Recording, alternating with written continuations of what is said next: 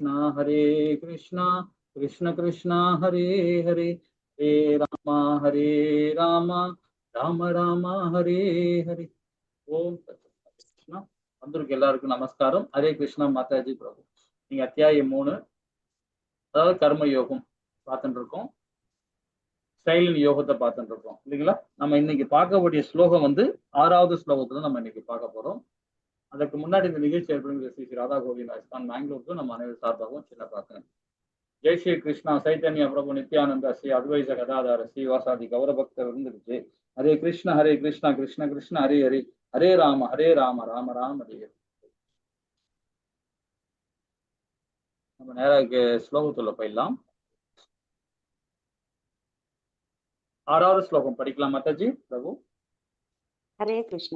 கர்ணேந்திரியாணி சத்யம் ய ஆசதே மனசா ஸ்மரணே இந்திரியார்த்தான் விமூடாத்மா மித்யாச்சாரஹ ச உச்யதே. ஹரே கிருஷ்ணா. ஹரே கிருஷ்ணா. இந்த இடத்துல பாத்தீங்கன்னா புலன்களின் செயல்களை கட்டுப்படுத்தி அதே சமயம் புலனின்ப பொருட்களை மனதை அலைபாய விடுபவன் தன்னை முட்டாளாக்கி கொள்கிறான், அவன் போலி மனிதன் என்று அழைக்கப்படுகிறான். இந்த ஸ்லோகத்துல கடைசி வரையில மித்தியாசாரான்னு வருது. உச்சதே அப்படின்னு பாத்தீங்கன்னா அவன் தான் போலி மனிதன். மித்தியாசாரான போலி மனிதன். புலன்களை கண்ட்ரோல் பண்றாங்க, புலன்களை கட்டுப்படுத்தி அதே சமயம் புலனின்ப பொருட்களை மனதை அலைபாய விடுபவன். நாமெல்லாம் கிரகஸ்தனா இருக்கோம், நம்மளாம் குடும்பத்துல இருக்கோம், நமக்கு எல்லாம் அண்ணன் தம்பி இருக்கிறாங்க, மனைவி இருக்காங்க, கணவன் இருக்காங்க, வீடு கூட வாசல் இருக்கு, சமுதாயத்தில் நம்ம இருக்கிறோம். அப்ப நமக்கு ஈஸியா நம்ம வந்து மனம் வந்து அலைபாயும், அது இயற்கை தான் இல்லைங்களா? ஆனா சன்னியாசிகள்லாம் அது மாதிரி அலைபாயக்கூடாது. சன்னியாசிக்கு அது மாதிரி போகக்கூடாது. பிரம்மச்சாரி விரதம் இருக்கிறவங்க வந்து பாத்தீங்கன்னா கடைபிடிக்கணும் அது. ஆனா அந்த மாதிரி இதுக்கு வந்து அந்த அந்த அந்த கண்ணோட்ட அந்த அந்த நிலையில இருக்கிறவங்க அது போகக்கூடாது. ஆனாலும் அந்த புத்தி போகும். இது 14 அத்தியாயத்துல விரிவா நம்ம அதை பத்தி படிப்போம். அது என்னன்னா அந்த குணத்தை நம்மள மாத்தும். ஒரு குணத்துல இருந்து இன்னொரு குணத்துக்கு மாத்தும். சத்துவத்துல இருந்து ரசோல மாத்தும், ரசோல இருந்து தமோல மாத்தும். மாறி மாறி மாறி வந்துகிட்டே இருக்கும். ஆனா இந்த நம்ம அந்த புலனின்பத்தை கட்டுப்படுத்தி அதே டைம்ல அந்த மனசை அலைபாய விடுறான் பாத்தீங்களா, அவனதான் மித்தியாசாரம் சொல்லுவாங்க, போலி மனிதர்னு சொல்றாங்க. அவன் தன்னையே முட்டாளாக்கிப்பான், இருக்கிறவங்க சுத்தி இருக்கவங்களையும் முட்டாளாக்கிடுவாங்க. இப்ப நம்ம ஜடபரதர் கதை நம்ம லெவல் 1ல நம்ம படிச்சோம் இல்லைங்களா? ஜடபரதர் கதை தான் இது சொல்ல போனா. ஒரு ஜடபரதர் ஒரு நாட்டு சக்கரவர்த்தியா இருந்தார். அவரு சக்கரவர்த்தியா இருந்தவர் அந்த மான் மேல பற்றுதல் போனதுனால இறக்கம் தருவாயிலே மானை நினைச்சதுனால அடுத்த பெரிய மானாவே பிறந்துட்டார். ஆனால் வந்த நோக்கம் என்ன? அதாவது வனவாசம் வந்தார், சன்னியாசி எடுத்துக்கணும், வனவாசம் வந்திருக்கிறார். வந்த இடத்துல அந்த மான் மேல பற்று ஆயிட்டாரு. கடைசியில ஒரு மானாவே பிறந்துட்டார் அடுத்த பிறகு. அப்ப அந்த மாதிரி உள்ளவங்கள போலி மனிதர்கள், அதை மித்தியாசாரன்னு சொல்லப்படுது. இப்ப இந்த படத்துல பாக்குறீங்க பாத்தீங்களா?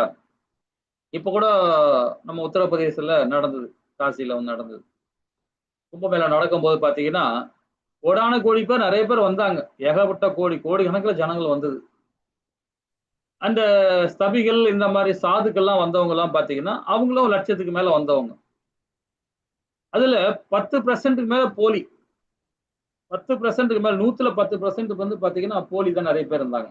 அதெல்லாம் அந்த கவர்மெண்ட் பார்த்து கடைபிடிச்சு எல்லாரையும் விரட்டி விட்டாங்க. வேற ஒரு மார்க்கத்துல உள்ளவங்க கூட வந்து சாதுவா வேஷம் போட்டு வந்து அங்க வந்து பணம் பறிச்சிருந்தாங்க. அந்த மாதிரி செயல்பாடுலாம் நடந்தது அந்த டைம்ல. இப்ப நம்ம ஒரு வேதம் என்ன சொல்லுது அப்படின்னு பாத்தீங்கன்னா, புலால் உண்ணக்கூடாது, தவறான அதாவது தவறான பால் உணர்வு கூடாது, சிகரெட் இந்த போதை அடி அதுக்கெல்லாம் போகக்கூடாது. இந்த மாதிரி விஷயம் 4 விதமான கட்டுப்பாடு நமக்கு இருக்கு. அது 4 விதமான சமுதாய தூண். இது 5வது அத்தியாயத்துல படிப்போம், விரிவா படிப்போம். நமக்கு அந்த மாதிரி கட்டுப்பாடு இருக்கும்போது சாதுக்கள் அவங்க இந்த படத்துல பாக்குறீங்க பாத்தீங்களா, இந்த மாதிரி சன்னியாசி கோலத்துல இருக்கிறாங்க, கையில ஒரு மொபைல் வச்சிருக்கிறாங்க, அதே டைம்ல கையில ஒரு சிகரெட் வச்சிருக்காங்க, இது மாதிரி வச்சுட்டு சுத்தின்னு இருக்காங்க. இவங்கெல்லாம் சமுதாயத்துக்கு தொல்லை, இவங்கெல்லாம் சமுதாயத்துக்கு தொல்லை.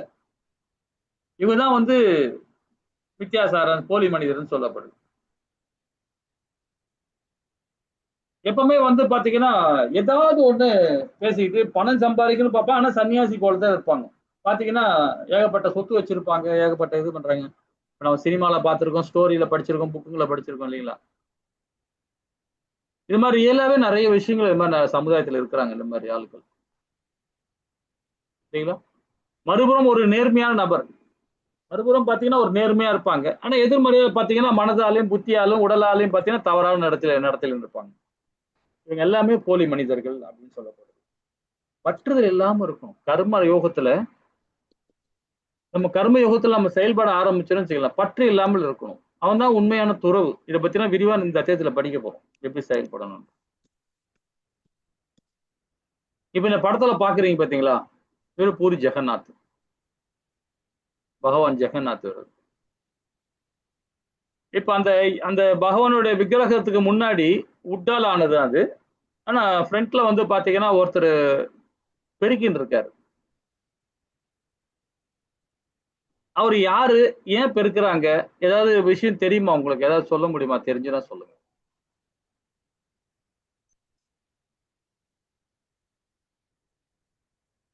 ஏன்னா பூரி ஜெகநாத் கோயிலை பத்தி தெரியுமா? ஏதாவது அதை பத்தி ஏதாவது விசேஷம் ஏதாவது இருந்தா சொல்லுங்க, உங்களுக்கு தெரிஞ்சது சொல்லுங்க. ஹரே கிருஷ்ணா பிரபு. அது அந்த ராஜா பிரபு. ராஜா. ஓகே, ஹரிபோல் பிரபு, ஹரிபோல். சோ இந்த ரத யாத்திரை பண்ணும்போது 3 தேர் போகும். வருஷா வருஷம் ரொம்ப விசேஷமா நடக்கும். நானும் வந்து கிட்டத்தட்ட பாத்தீங்கன்னா ஒரு 27 28 வருஷத்துக்கு முன்னாடி அப்ப நான் ஷிப்ல இருக்கும்போது அங்க இருந்து பூரியில இருந்து பாரதீவ்னு ஒரு இடம் இருக்கு ஒரிசாவுல. அந்த போர்ட்ல தான் நாங்க என்டர் ஆவோம். அந்த போர்ட்ல இருந்து அங்க இருந்து நாங்க கார் வச்சுக்கிட்டு போவோம். அப்போ ஒரு 20 28 வருஷம் மேல இருக்கும் போவோம். அப்போ அப்பவே நான் ஜெகநாத் அந்த நேரத்துல பார்க்கும்போது அந்த கரெக்டா ரத யாத்திரை பண்ணும்போது தான் நாங்க போனோம். எனக்கு அது தெரியாது. அப்பெல்லாம் வந்து அவ்வளோ பக்தியில் தெரியாது, ஈடுபாடு கிடையாது. கோவிலுக்கு போவோம், நம்ம ஊர் கோயிலுக்கு போவோம், நம்ம எல்லாம் பார்ப்போம், அம்மா கூட போறது, அப்பா கூட போறது. ஸோ அந்த இடத்துல அப்பதான் நான் ரத யாத்திரை அப்பதான் பார்க்கிறேன். அப்போ அவ்வளோ ஜனம், அவ்வளோ ஜனம்.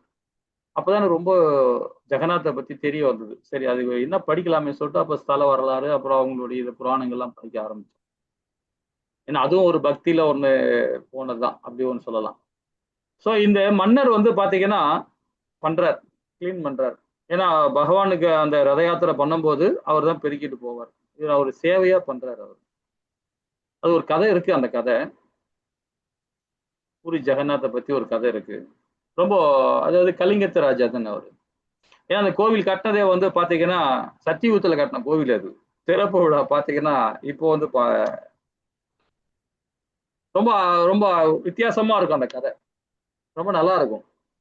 ஏன்னா அந்த அந்த காலத்து சத்தியுகத்துல கட்டின ராஜா என்ன பண்ணாரு, கலிங்கத்து ராஜா பிரம்மாவுக்கு வந்து திறப்பு விழா பண்றதுக்கு பிரம்மாவை கூப்பிட போனாரு. எல்லாரையும் இன்வைட் பண்ண போறாரு. சிவலோகம் போறாரு, பிரம்மலோகம் போறாரு. இப்ப முதல்ல பிரம்மலோகம் தான் போறாரு இன்வைட் பண்றதுக்கு. தன்னோட பொண்ணோட போனாரு, மகளோட மகளை கூட்டுன்னு பிரம்மலோகம் போனார் சத்தியுகத்துல. ஏன்னா இந்த யுகத்துல போக முடியுமா? போக முடியாது. பக்கத்து ஊருக்கு போறது கஷ்டம். இது சத்தியுகத்துக்கு போனார். சத்தியுகத்துல அப்போ பிரம்மா வந்து கேட்கிறார், என்னடா இங்க வந்து நிக்கிற? பதற்றம் ஆயிட்டார் பிரம்மாவே. இங்க வந்து நிக்கிறா, இந்த மனிதோட வந்திருக்கேடா, கூட வேற மகளை வேற கூட்டு வந்திருக்கேன், என்னத்துக்கு வந்திருக்கேன் அப்படின்னு. இந்த மாதிரி கோவில் கட்டியிருக்கேன், நீங்க வரணும், திறப்பு பண்ணணும், வரணும் அப்படின்னு இன்வைட் பண்றதுக்காக வந்திருக்காங்க. அப்புறம் அவர் பிடிச்சி சத்தம் போறாரு, முட்டாள்தனமா செயல்பட்டிருக்கியே, நீ நினைச்சாவே நான் வரப்போறேன், நீ எதுக்கு இங்க வந்திருக்கிற? நீ இப்ப திரும்பி போனீங்கன்னா துவாரகத்துக்கு தான் போவ. நீ இன்னும் கொஞ்சம் டைம் வேஸ்ட் பண்ண கலியுகத்துல தான் போய் நிப்ப போய் அப்படின்னாரு. என்னது, நான் இருக்கு சத்தியுகம், இதுவே 17 லட்சம் ஆண்டுகள், இது அது எப்படி நான் அங்க போக முடியும் அப்படின்றான் யாரு, கலிங்கத்து மன்னர். அப்பதான் விளக்கம் கொடுக்கிறாரு பிரம்மா. நான் இப்ப விளக்கம் கொடுத்தேன்னா நீ கண்டிப்பா இந்த சுயற்சி இல்ல 2000 யுகத்தான் உள்ள போவ நீ, அதனால இப்பயே கிளம்பி ஓடி போயிடு அப்படின்றாரு. நான் உனக்கு கீழே வந்து விளக்கம் தரேன், கீழே போடா அப்படின்றாரு. உடனே அங்கிருந்து வராரு. சொன்ன உடனே கீழே வராரு. கீழே வந்து பார்த்தாருன்னா பகவான் முழுமுறு கடவுள் அவதாரம் கொடுத்த அந்த யுகத்துல வந்து நிற்கிறார். கலியுகத்துக்கு முன்னாடி கிருஷ்ண பரமாத்மா அவதாரம் கொடுத்த யுகத்துல வர்றாரு. போனது சத்தியுகம். ஜாதகத்துல வந்து நிற்கிறார். ஒரே அவரு குழப்பமாயி போச்சு. அப்புறம் நேராவே பகவான்கிட்ட போய் சந்திக்கிறார். பகவானே, நான் தெரியாம பிரம்மாவுக்கு போய் இன்வைட் பண்ண போனேன், கடைசியில இந்த யுகத்துல வந்து நிக்கிறேன் அப்படின்னு. அப்புறம் அவருக்கு கொஞ்சம் அட்வைஸ் கொடுக்குறாரு பகவான். சரி, என் மகளை வேற நான் கூட்டின்னு வந்துட்டேன், அவளை பாக்குறீங்களா, பார்த்து நீங்க திருமணம் பண்ணிக்கிறீங்களா அப்படின்னு வேற கேட்கிறாரு. அதெல்லாம் ரொம்ப நல்லா இருக்கும் அந்த இடம்லாம். உடனே அவர் சொல்றாரு, சத்தியுகத்துல வந்து அவளை கூட்டின்னு வந்துட்டேன், அவர் பேரு அகல்யா, கூட்டின்னு வந்துட்டேன். அகல்யா இல்ல, ஆஹா தப்பா சொல்லிட்டேன், நான் மறந்துட்டேன், அதை கொஞ்சம் ஞாபகப்படுத்தி சொல்றேன். அவரு கூட்டின்னு வந்துட்டார். கூட்டின்னு வந்துட்டு, நீ என்ன இப்ப கூட்டு வந்திருக்க, அவளை பார்க்கலாமான்னு பார்த்தா பயங்கர ஹைட்டு. ஏன்னா சத்தியுகத்துல இருந்தவங்க எல்லாருமே ஹைட் வந்து பாத்தீங்கன்னா அவ்வளவு ஹைட் இருப்பாங்க, 30 அடி இருப்பாங்க. மாதாஜி எல்லாம் பாத்தீங்கன்னா 26 அடி இருப்பாங்க, 26 அடி 27 அடி ஹைட் இருப்பாங்க. இவ்வளவு பெரிய பெண்ணை நான் எப்படி கல்யாணம் பண்ண முடியும்? நான் இருக்கிறதே 9 அடி ஹைட் தான் இருக்கிறேன், இவன் இவ்வளவு பெருசா இருக்காளே, இவ்வளவு என்னால பண்ண முடியாது அப்படின்னு பகவான் சொல்லிட்டு. அது இல்லாம எனக்கு வர 16,000 பொண்டாட்டி வேற இருக்காங்க, இவ்வளவு என்னால கண்ட்ரோல் பண்ண முடியாது, நான் எனக்கு வேணாம் அப்படின்ட்டு. அப்புறம் யாரையாரே கேட்கிறார். அதுக்கப்புறம் பலராம் ஐயா தான் கல்யாணம் பண்ணிக்கிறார் அந்த பெண்ணை. ஏன்னா அந்த அந்த காலத்துல வாழ்ந்தவங்க 1,00,000 ஆண்டுகள், பல லட்சம் ஆண்டுகள் வரைக்கும் வாழ்வாங்க. அதே மாதிரி ஹைட்டு வந்து அப்படி இருப்பாங்க, அவ்வளவு ஹைட் இருப்பாங்க சத்தியுகத்துல. அந்த மாதிரி பிரசித்தி பெற்ற கோவில் அது. நம்மளுடைய நாகரீகம், மனித நாகரீகம் உருவான இடம் எதுன்னா பூரி ஜெகநாத். பூரி தான் மனித நாகரிகமே தோன்ற இடம் வந்து பாத்தீங்கன்னா பூரி தான். அவ்வளவு பிரசித்தி பெற்ற இடம் அது. பகவானுடைய ஹார்ட்டே அங்கதான் இருக்கு. நிறைய சிறப்பு அந்த கோவில சொல்ல போனா நிறைய சிறப்பு இருக்கு. அதே மாதிரி பாத்தீங்கன்னா 7 பானை வரிசையா அடுக்கி வச்சிருப்பாங்க. நம்ம ஊர்ல எப்படி சாப்பாடு பங்கன்னா ஒரு குக்கர்ல வச்சு நம்ம ஒரு பாத்திரத்துல வச்சு சமையல் பண்றோம் இல்லைங்களா? அதே மாதிரி சமையலுக்கு மேல பானைக்கு மேல பானைக்கு மேல பானைக்கு மேல பானைக்கு மேல அப்படி 7 பானை அடுக்கி இருக்கும். அந்த 7 பானையிலும் சாதம் இருக்கும், பிரசாதம் இருக்கும், இது ஏதாவது ஒரு பொரியல் இருக்கும், கூட்டு இருக்கும், ஒரு ஒரு ஒண்ணா ஒரு ஒரு ஐட்டம் இருக்கும். அந்த 7 பானையிலும் இருக்கும். அந்த 7 பானையிலும் ஒரே நேரத்துல வேகும். கீழே மட்டும்தான் நெருப்பு வச்சிருப்பாங்க. ஆனா அந்த 7 பானையிலும் ஒரே நேரத்துல வேகும். இன்னமும் அந்த இடத்துல அப்படி நடந்துதான் இருக்கு. அதே மாதிரி 10,000 பேர் போனாலும் சரி, 1000 பேர் போனாலும் சரி, 100 பேர் போனாலும் சரி, அங்க பிரசாதம் மிச்சமே வராது, காலி ஆயிடும். அன்னைக்குள்ள பிரசாதம் அவங்களுக்கு காலி ஆயிடும். ஆனா அவ்வளவு பிரசாதம் செய்வாங்க, ஆனா அதெல்லாம் காலி ஆயிடும். அது அவ்வளவு அந்த இடத்துல பிரசாதம். நாங்க ஒரு வாட்டி பூரி ஜெகநாத் கோயில் போயிருக்கும் போது நம்ம தமிழ் டீம்ல உள்ளவங்க எல்லாருமே யாத்திரா போயிருந்தோம். தமிழ் டீம்ல எல்லா யாத்திரம் போயிருந்தோம். ஸோ அந்த கோவில்ல பார்க்கும்போது பாத்தீங்கன்னா அந்த ஊரு, அந்த கோவிலோட பட்டாச்சாரி, அதாவது தர்மகர்த்தா, அவர் தான் அந்த கோவிலுக்கு வந்து எங்களை எல்லாம் வந்து இன்வைட் பண்ணி கடைசி நாள் நாங்க அங்க யாத்திரை முடிகிற நாளைக்கு அன்னைக்கு வந்து அவர் தான் பிரசாதம் எல்லாம் கொடுத்தாரு. எங்க எல்லாருக்கும் வந்து இது பண்ணாரு. என்னுடைய நான் தான் பிரசாதம் கொடுப்பேன், எல்லாரும் சாப்பிடணும் அப்படின்னு. ஒரு 300 பேர் நாங்க போயிருந்தோம்.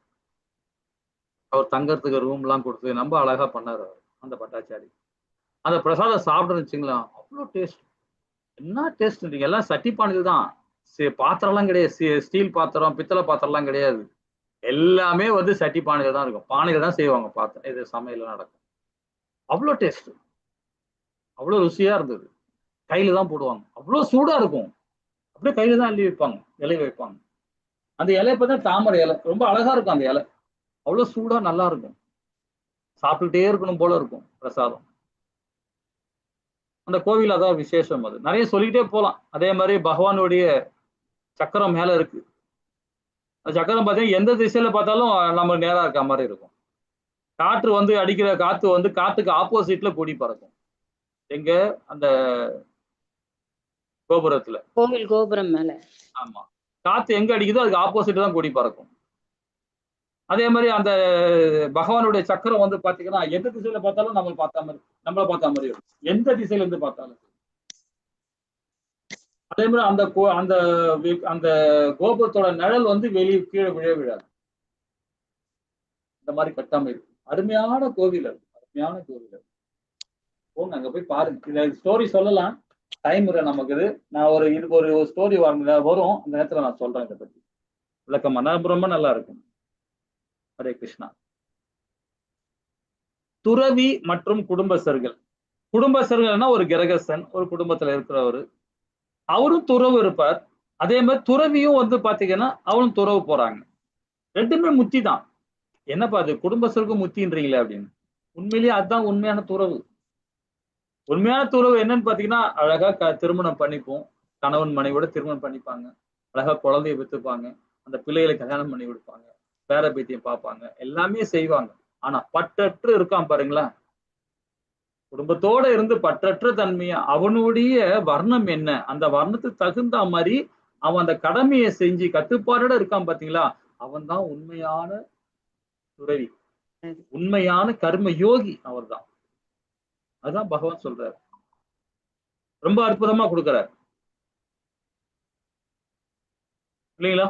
அப்போ ஏமாற்றுக்காரர்கள் போலி மனிதர்களும் வித்தியாசாரம் சொல்லும் போது பாத்தீங்கன்னா செயற்கையான துறவு கண்டிக்கப்படுகிறது. எது? இந்த பகவத்கீதை கண்டிக்கப்படுகிறது. சில பேர் சொல்லுவாங்க நாம ஒரு பிராமண செயல் செஞ்சுட்டு இருக்கேன்னு. அவன் உண்மையா செய்யறானா பொய்யா செய்யறானா தெரியாது. நம்ம இது பண்ண முடியாது. ஆனா அவனுடைய ஆத்ம ரூபத்துல அவன் நினைச்சு பார்த்து செஞ்ச ஓகேன்னா ஓகே.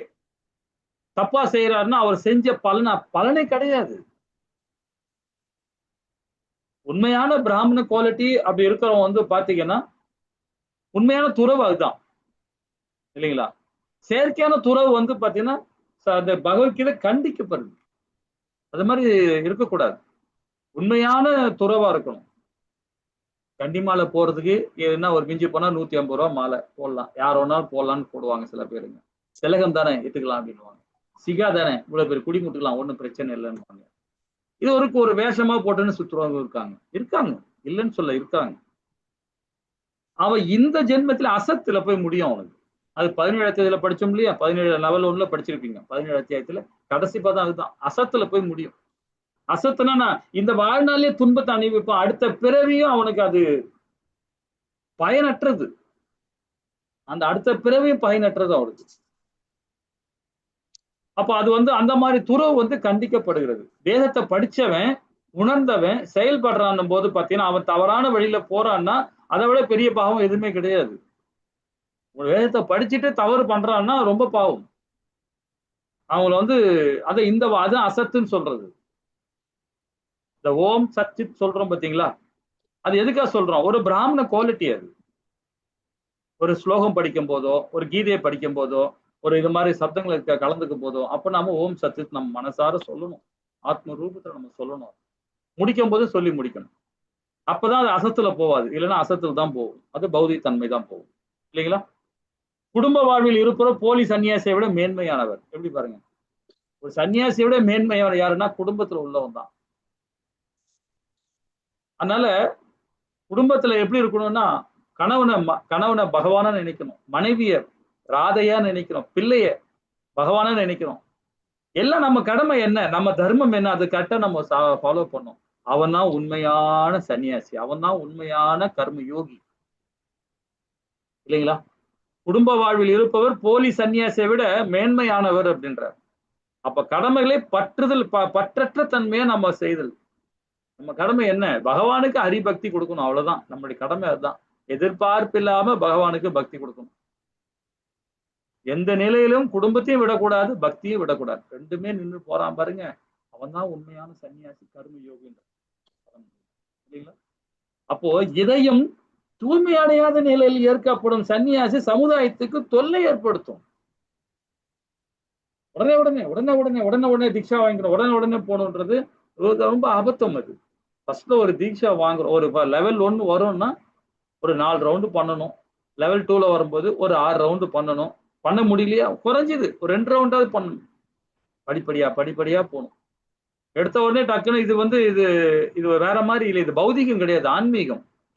நம்ம அதை முதிர்ச்சி அடையணும்னா கொஞ்சம் கொஞ்சமா தான் மேல போகணும் இல்லைங்களா. பிராமண குவாலிட்டி இருக்கவங்க, ஆல்ரெடி பிறப்பால் பிராமணா இருக்கவங்க கொஞ்சம் ஈஸியா அதை புரிஞ்சுக்கிட்டு செயல்பட ஆரம்பிச்சிருவாங்க. நான் பிராமின் கொஞ்சம் கஷ்டமா இருக்கும், கடினமா தான் இருக்கும். அந்த இது சீக்கிரம் வேணா வெங்காயம் போட்டு சீக்கிரம் விட மாட்டாங்க. சில இப்ப இருக்கிற பிராமின் நிறைய பிராமின் வெங்காய பூண்டு போட்டு சாப்பிடுறாங்க. இப்ப எனக்கு என் ஃப்ரெண்டே ஒருத்தர் இருக்காரு, பக்கா பிராமின். அது அவர் பார்த்தீங்கன்னா செங்கோட்டை தான், அவரு சொந்த ஊர் செங்கோட்டை.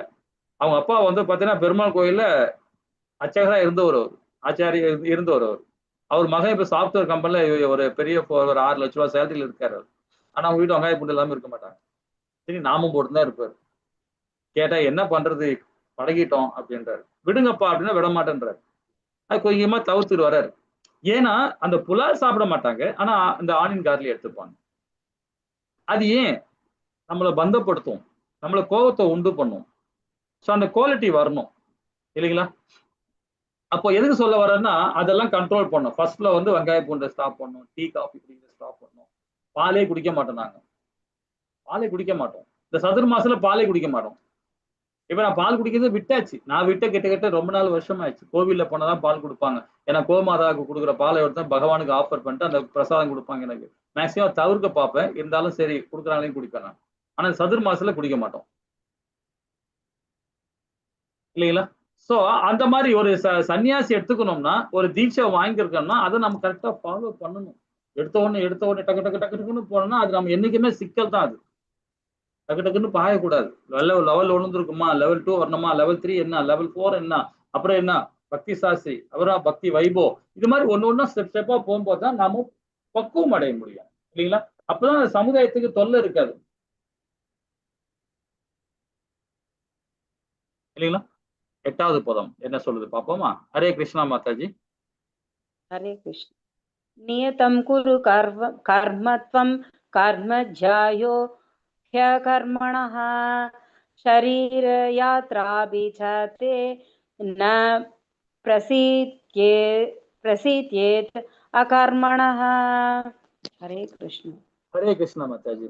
இந்த பதம் என்ன சொல்லுது பாத்தீங்கன்னா, உனக்கு விதிக்கப்பட்ட கடமைகளை செய்வாயாக, செயலாற்றாமல் இருப்பதை விட இது சிறந்ததாகும்.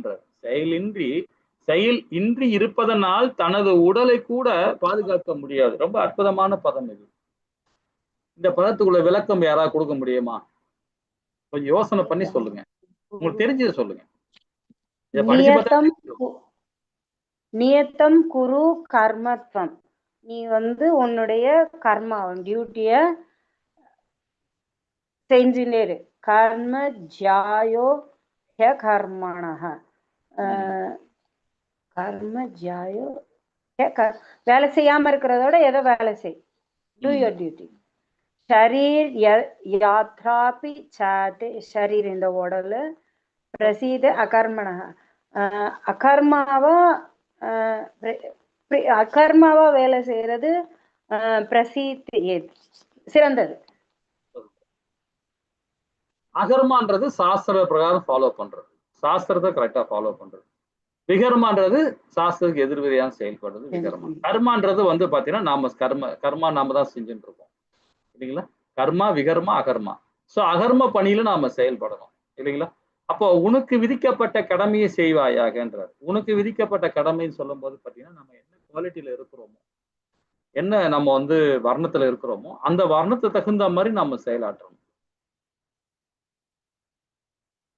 செயலாற்றாமல் இருப்பதை விட எது சிறந்தது அப்படின்னு பாத்தீங்கன்னா, செயலின்றி இருப்பதனால் தனது உடலை கூட அவன் பாதுகாக்க முடியாது. செயலாற்றாமல் இருப்பதை விட எது சிறந்ததாகும்னா, செயலின்றி இருப்பதனால் தனது உடலை கூட பாதுகாக்க முடியாது. அப்போ செயலாற்றாமல் இருக்க முடியாது, ஏதாவது செஞ்சுட்டு தான் இருக்கணும். ஏதாவது ஒண்ணு செஞ்சுட்டு தான் இருக்கணும். ஏதாவதுன்னா எப்படி ஏதாவது செய்ய முடியும்? அகர்மா தான் செய்யணும். விகர்மா செய்யும்போது நம்ம பந்தப்படுவோம் இல்லைங்களா? இது எதுக்கு அது மாதிரி சொல்றாருன்னா, நம்ம கர்ம காரியம் இப்ப நம்ம கர்ம யோகத்துல இருக்கிறனால உனக்கு விதிக்கப்பட்ட கடமையை செய்ய மட்டும் தான் செய்யணும் அதிகாரம் இருக்குன்னு சொல்ல வர்றாரு. அதுதான் இதயத்தை தூய்மைப்படுத்தும். அது 3 விதமான சமநிலையில் உள்ள சமூகம் இருக்கும். உடல், அதாவது ஆரோக்கியம். இப்ப இதயத்தை தூய்மைப்படுத்துவதுன்னு சொல்ல வந்து பாத்தீங்கன்னா, இப்ப 4 விதமான இப்ப வர்ணம் தான் நம்ம பார்க்க போறோம். இப்ப வர்ணத்தை தான் நம்ம பகவான் கொடுக்க வர்றாரு. இதுல வந்து சொல்றது என்ன, யாக சக்கரம் சொல்றாரு. யாக சக்கரம் இதுல இருந்து தொடங்குறாரு இந்த ஸ்லோகத்துல இருந்து. அந்த யாக சக்கரம் சொல்லும் போதே பாத்தீங்கன்னா 4 விதமான வர்ணங்கள் இருக்கு. பிராமணர் இருக்கிற, சத்திரியன் இருக்கிற, வைசியன் இருக்கிற, சூத்திரர் இருக்கிறார். சோ இந்த 4 வர்ணங்களும் சமநிலையில் இருக்கணும். நான் உயர்ந்தவன், நீ தாழ்ந்தவன் அந்த எண்ணத்துல போனான்னா, அந்த 4 வர்ணங்களும் சமநிலையில் இருக்கணும். 4 விதமான வர்ணங்கள் இருக்கு. பிராமணர் இருக்கிற, சத்திரியன் இருக்கிற, வைசியன் இருக்கிற, சூத்திரர் இருக்கிறார். சோ இந்த 4 வர்ணங்களும் சமநிலையில் இருக்கணும். நான் உயர்ந்தவன், நீ தாழ்ந்தவன் அந்த எண்ணத்துல போனான்னா சமுதாயம் சீர்கெட்டு போகுதுன்னு அர்த்தம். சமுதாயம் சீர்கெட்டு போகுது. இவங்க 4 பேருமே இந்த படத்துல பாக்குறீங்களா, அந்த மாதிரி கை கொடுத்து நிக்கணும். சமுதாயத்தை தாங்கணுன்றதுக்கு இந்த 4 வர்ணங்கள் பகவான் அதுதான் 4 வர்ணங்களை கொடுத்தார். இது ஜாதி வச்சோ மதம் வச்சோ இல்ல கிடையாது. நீ உயர்ந்தவன் நீ தாழ்ந்தவன் பகவான் எங்கேயுமே சொல்லல, எங்கேயும் கிடையாது. நீ அறிவாளி இவன் முட்டாளு, பிராமணெல்லாம் அறிவாளி இவன் சூத்திரெல்லாம் முட்டாளு கிடையாது. அதுதான் பகவான் ஒரு அவதாரமும் வேற அவதாரம் கொடுத்துட்டு வர்றாரு. பரசுராமர் அவதாரம் என்ன அவதாரம் பாருங்க, பிராமண அவதாரம். கிருஷ்ண பரமாத்மா அவதாரம் என்ன அவதாரம் பாருங்க, வாமன அவதாரம் என்ன அவதாரம் பாருங்க. ஒரு அவதாரம் பாத்தீங்க ஒரு இதுல வராரு. எதுக்காக வராரு? நல்ல எல்லாமே ஒண்ணுன்னு நினைக்கிறாரு, சொல்றாரு. அப்போ இந்த 4 வர்ணங்கள் சொல்றது இதுதான் யாக சக்கரம் சொல்றது. யாக சக்கரத்தோட முக்கியமான என்ன, இதைய தூய்மைப்படுத்தும். சமநிலையில் சமூகம். அது சமூகம் எப்படி இருக்கணும், சமநிலையோட இருக்கணும். இவன் அறிவாளி இவன் முட்டான் இவன் பணக்காரன் இவன் ஏழை அந்த மாதிரி பாகுபாடே இருக்கக்கூடாது. அதான் என்னைக்குமே நமக்கு வந்து உடலும் ஆரோக்கியமா நம்ம நிலையில கொண்டு வர முடியும் இல்லைங்களா. இப்ப யாக சக்கரம்னு சொல்லும் போதே பாத்தீங்கன்னா, இப்ப பத்தி விரிவா படிக்கலாம். பிராமணன் அது வேதத்தை படிக்கிறார், உபநேசம் பண்றார், பகவானுக்கு பாராயணம் பண்ணிருக்கிறார், எல்லா விஷயமும் பக்தி மார்க்கத்துல இருக்கிற சத்துவத்துல இருக்கிறார். அது அவருடைய செயல்பாடு இல்லைங்களா. அவருடைய செயல் கரெக்டா செஞ்சுட்டு இருக்கணும். ஒரு பிராமணனா பிறந்தாங்கன்னா அது செஞ்சுட்டு இருக்கணும். இல்ல பிராமணா பிறக்கலனால பரவாயில்ல, வேற ஏதாவது ஒரு குவாலிட்டியில அவர் செய்யறாருனா கூட அந்த கரெக்டா அந்த வேலையை செஞ்சுட்டு இருக்கணும். சத்திரியன் நாட்டு மக்களுக்கு கொடைவள்ளலா இருக்கும். நாட்டு மக்களுக்கு நல்லபடியா வந்து ரோடு போடுறது, சமுதாயத்தை நல்லபடியா கொண்டு போறது, தப்பு தங்களை தண்டிக்கிறது, இந்த மாதிரி விஷயங்கள்லாம் அவரு சத்திரோட கடமை அவர் செய்யணும். அதே மாதிரி வைசியர் என்ன பண்ற, வியாபாரம் பார்க்கிறாரு, விவசாயம் பார்க்கிறாரு. சூத்திரர் எல்லாருக்கிட்டையும் வேலை செய்யறாரு. நம்ம இதுக்கு லெவல் 2ல படிச்சிருக்கோம், இது 2வது அத்தியாயத்துல படிச்சிருக்கோம் இல்லைங்களா. சோ இந்த 4 பேருமே அவங்கவுங்க செய்யும் போது பாத்தீங்கன்னா கரெக்டான அந்த கால நேரத்துக்கு தகுந்த மாதிரி மழை வரும். அந்த 4 பருவத்துக்கு தகுந்த மாதிரி ஒரு பருவத்துக்கும் கரெக்டா வந்து அந்த இயற்கை நமக்கு துணை கொடுக்கும். இப்போ பிராமணன் கரெக்டா அந்த தேவர்களை குளிர் ஊட்டுறான். பிராமணன் என்ன பண்றான், யக்கியம் பண்ணுவாரு, பாராயணம் பண்ணுவாரு, தேவர்களை குளிர் ஊட்டுறது பாராயணம் பண்ணுவாரு. இந்த மாதிரி பண்ணணும், யார்கிட்ட சொல்லுவாரு, சத்திரிகிட்ட சொல்லுவாரு. இதெல்லாம் பண்ணணுங்க, இப்படி செய்யணுங்கன்னு சொல்லுவாரு. உடனே சத்திரி என்ன பண்ணுவான், செலவு பண்ணுவான், உடனே பண்ண ஆரம்பி அப்படின்னு விடுவான். உடனே பண்ண ஆரம்பிச்சோன்னு என்ன பிராமணன் பண்ண ஆரம்பிச்சிடுவான். அதுக்கு துணை போறவ யாரு, விவசாயம் பார்க்கிறவர் யாரு, வைசியர், சூத்திர அது கூட துணை இருப்பாரு. இவங்க 4 பேருமே ஒன்னா சேர்ந்து அந்த யாகம் பண்ணணும். இதான் யாக சக்கரம். அந்த யாகத்தை சமநிலையோடு நின்று பண்ணணும். அப்ப கரெக்டா வர்ண பகவான் மழை கொடுப்பாரு. சந்திர பகவான் கரெக்டா அந்த காய்கறிகளுக்கு மகிர்ந்த சேர்க்கைய வேலையை கொடுப்பார் சந்திர பகவான். அதுக்கப்புறம் காய் வந்து கனியாகுது. நமக்கு என்ன கிடைக்குது, தானியம் கிடைக்குது, காய்கனிகள்லாம் கிடைக்குது. இதெல்லாம் தேவர்களோட வரப்பிரசாதம் தான் நமக்கு எல்லாமே. அதுக்கு முன்னோடி யாருன்னு பாத்தீங்கன்னா நாம தான், இந்த வர்ணங்கள் தான். இந்த 4 வர்ணங்களும் அவன் கடமையை அவன் கரெக்டா செஞ்சாதான் இந்த 4 பருவத்துக்கும் கரெக்டான நடக்கும். இல்லைன்னா பருவங்கள் மாற ஆரம்பிச்சிடும். அப்புறம் இந்த பிரகிருதி நமக்கு எகென்ஸ்டா நடக்க ஆரம்பிச்சிடும். அந்த கரெக்டான மழை பெய்யாது, கரெக்டான வெயில் அடிக்காது. அச்சா வெயில் மண்டை பிச்சு எடுத்துரும். மழை பெஞ்சா தொப்புன்னு மழை தண்ணியை ஊற்றும். ஸோ இந்த மாதிரிலாம் வரும். இதெல்லாம் இயற்கை. அந்த இயற்கைக்கே நாம கரெக்டா செய்யணும்னா இந்த 4 வர்ணங்களும் அவன் கடமையை அவன் செய்யணும். விதிக்கப்பட்ட கடமையை செய்வதுதான் இதயத்தை தூய்மைப்படுத்தும். சமநிலை, சமூகம், உடல்நலம், ஆரோக்கியம், இது எல்லாமே நம்ம வந்து யாக சக்கரம் மூலியமா படிக்க போறோம், பார்ப்போம். ஹரே கிருஷ்ணா மாதாஜி. 9வது படம். ஹரே கிருஷ்ண. யஜ்ஞாத்தாத் கர்மணோ அன்யத்ர லோகோயம் கர்ம பந்தனஹ ததர்த்தம் கர்ம கௌந்தேய முக்த சங்க சமாச்சர. ஹரே கிருஷ்ணா. ஹரே கிருஷ்ணா மாதாஜி. ஹரே கிருஷ்ணா. இந்த இடத்துல ரொம்ப அழகா சொல்றாரு. என்ன சொல்றாரு பாருங்க, விஷ்ணுவிற்கு அர்ப்பணமாக செய்யப்படும் செயல்கள் மட்டுமே நிறைவேற்றப்பட வேண்டும். மற்ற செயல்களை இந்த பௌதிக உலகத்தோடு பந்தப்படுத்துபவை. எனவே குந்தியின் மகனே, உனக்கு விதிக்கப்பட்ட கடமைகளை அவரை திருப்திக்காக செய். இவ்விதம் நீ எப்பொழுதும் பந்தத்திலிருந்து விடுபட்டு வாழ்வாய். ரொம்ப அற்புதமான பதம் இது. பகவானுக்காக நாம வந்து எந்த செயலும் செஞ்சாலுமே பகவானை மையப்படுத்தி நம்ம செயல்படணும் இல்லைங்களா. எந்த ஒரு பொருளுமே நம்ம அடிக்கடி சொல்லுவோம் இல்லைங்களா, ஒரு பொருளை பாக்குறோமா, இது பகவானுக்கு சூட்டபிளா இருக்கும் இல்லையா அப்படின்னு பார்ப்போம். இதுக்கு முன்னாடியே நம்ம வந்து பகவத்கீதை படிக்கல, ஸ்ரீமத் பாகவதம் படிக்கல, வேதம் படிக்கல, இந்த மாதிரி விஷயங்களை தெரியாம என்ன பண்ணுவோம், இது நம்ம குழந்தைக்கு இந்த சட்டை போட்டா நல்லா இருக்கும், நம்ம மனைவிக்கு இந்த டிசைன் இந்த செயின் வந்தா நல்லா இருக்கும், இந்த மாதிரி திங்க் பண்ணுவோம். அது பௌதீகம். ஆன்மீகத்துல வரும்போது என்ன பண்ணுவோம், ஆஹா இது நல்லா இருக்கும், பகவானுக்கு நல்லா இருக்கும், இதை போட்டா எப்படி இருக்கும், அதை போட்டா எப்படி இருக்கும், அப்படி சிந்திக்க ஆரம்பிச்சிடும். தப்பு இல்ல, மனைவிக்கு வாங்குறது பிள்ளைகளுக்கு வாங்க தப்பு கிடையாது, வாங்கணும். ஏன்னா அது நம்மளுடைய கடமை, அது செஞ்சுதான் ஆகணும். ஆனாலும் கண்ணோட்டம் மாறும் இல்லைங்களா? எந்த ஒரு இதுவா இருந்தாலும் பகவானுக்கு அர்ப்பணம் பண்ணணும். அதுதான் நிர்காமா பத்தி படிச்சேன்னு வச்சுங்களேன். நிர்காமா என்ன பண்றான் பாருங்க. தானம் கொடுக்கும் போது என்ன பண்றான், பகவான் நினைச்சு தானம் கொடுக்காம நான் பெரிய மன்னன், நான் பெரிய ஒரு பலசாலி அப்படின்னு என்ன பண்றான், தானம் கொடுக்குறான். வர அந்தனர்கள்லாம் 1000 பசுக்கள் கொடுக்கறது, நிறைய பொற்காசுல கொடுக்கறது, கொடுத்து அனுப்பிச்சு விட்டுறான். ஒரு அந்தனர் வாங்கி போயிட்டார், 1000 பசுமாடையும் நிறைய பொற்காசுல வாங்கி போயிட்டார். கொஞ்ச நாள் பொறுத்து இன்னொரு அந்தனர் வர்றாரு, அதே மாதிரி நிறைய பேர் தானம் கொடுக்கும்போது 2வது அந்தனர் வர்றாரு, அவருக்கும் அதான் பண்றாரு, 1000 பசுமாடை கொடுக்குறாரு.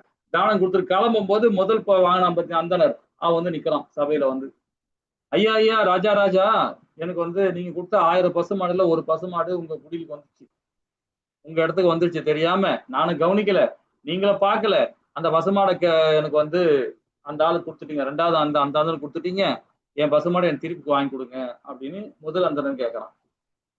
நிர்காமா என்ன பண்றாரு, உடனே 2வது அந்தனர் கூப்பிட்டு, அவன் அப்பதான் தானம் வாங்கிட்டு வெளியே போலான்னு நிக்கிறான். உடனே பிடிச்சி கேட்கிறாரு, ஐயா இது மாதிரி ஆயிப்போச்சு, நீ அவருடைய பசுமாடை நீ கொடுத்துரு, உனக்கு அதுக்கு தேவையான பசுமாடை தரேன், இன்னும் எக்ஸ்ட்ரா உனக்கு தரேன், ஆனா அவர் பசுமாடை கொடுத்துருப்பா அப்படின்னு.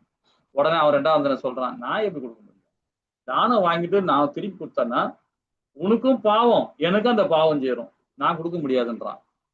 என்னடா இது தர்ம சங்கடமான நிலைமையில விட்டாங்களே. ஏன் தர்ம சங்கட நிலைமை வருதுன்னு பாத்தீங்கன்னா, அவனுடைய நிர்காமாவுடைய புத்தி பகவான லாயத்திக்கல, அங்க லாயத்துல பகவான நினைவுல செய்யல. அவன் தான் என்ற அகந்தையில, சக்கரவர்த்தி என்ற அகந்தையில அவர் தானம் கொடுத்தார், மாட்டிக்கிட்டார்.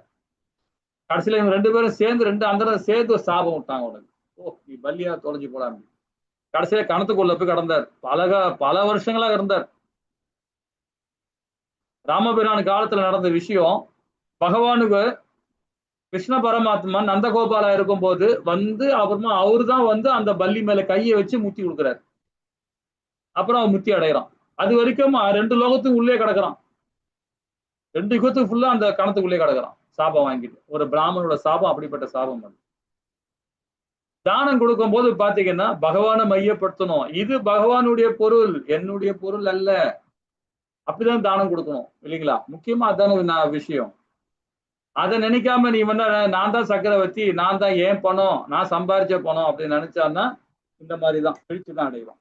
அதுதான் சொல்றது, விஷ்ணுவுக்கு அர்ப்பணமாக செய்யப்படும் செயல்கள் மட்டுமே நிறைவேற்றப்பட வேண்டும், மற்ற செயல் எல்லாமே பௌதீக உலகத்தோடு பந்தப்படுத்துவதை. நம்ம எது சாப்பிட்றதா இருந்தாலும் பகவானுக்கு ஆஃபர் பண்ணணும், எது பேசினாலும் பகவானை மையப்படுத்தி பேசணும், நம்ம எந்த செயல் செய்யறோமோ பகவானை மையப்படுத்தி செயல்படணும். அப்ப நாமும் அவ்வளவு சீக்கிரமா நம்ம பௌதீகத்துல போக மாட்டோம். அதை செய்யாம செய்யற செயல் எல்லாமே நாமள பந்தப்படுத்தும், எல்லாமே அது பௌதீகம். இந்த ஸ்லோகம் நம்ம சொல்ற அது சொல்ற, குந்தியின் மகனே உனக்கு விதிக்கப்பட்ட கடமையே அவரு திருப்திக்காக செய்கின்றார். நீ ஒரு சத்திரியன், நீ சத்திரியனா இருக்க, பிறந்த சத்திரியனா பிறந்துட்ட, செயலும் சத்திரியனா செய்யற. நீ போய் சன்னியாசி ஆகல, ஒரு பிரம்மச்சாரியா ஆகல நீ இல்லையா, நீ பிராமண குவாலிட்டிக்கு வரல, இல்ல விவசாயம் பார்க்கல, ஒரு சூத்திரனாவும் செயல்படல, நீ ஒரு சக்கரவர்த்தியா செயல்பட்டு இருக்க. அப்போ உன் கடமை என்ன, அந்த கடமை நீ செய்.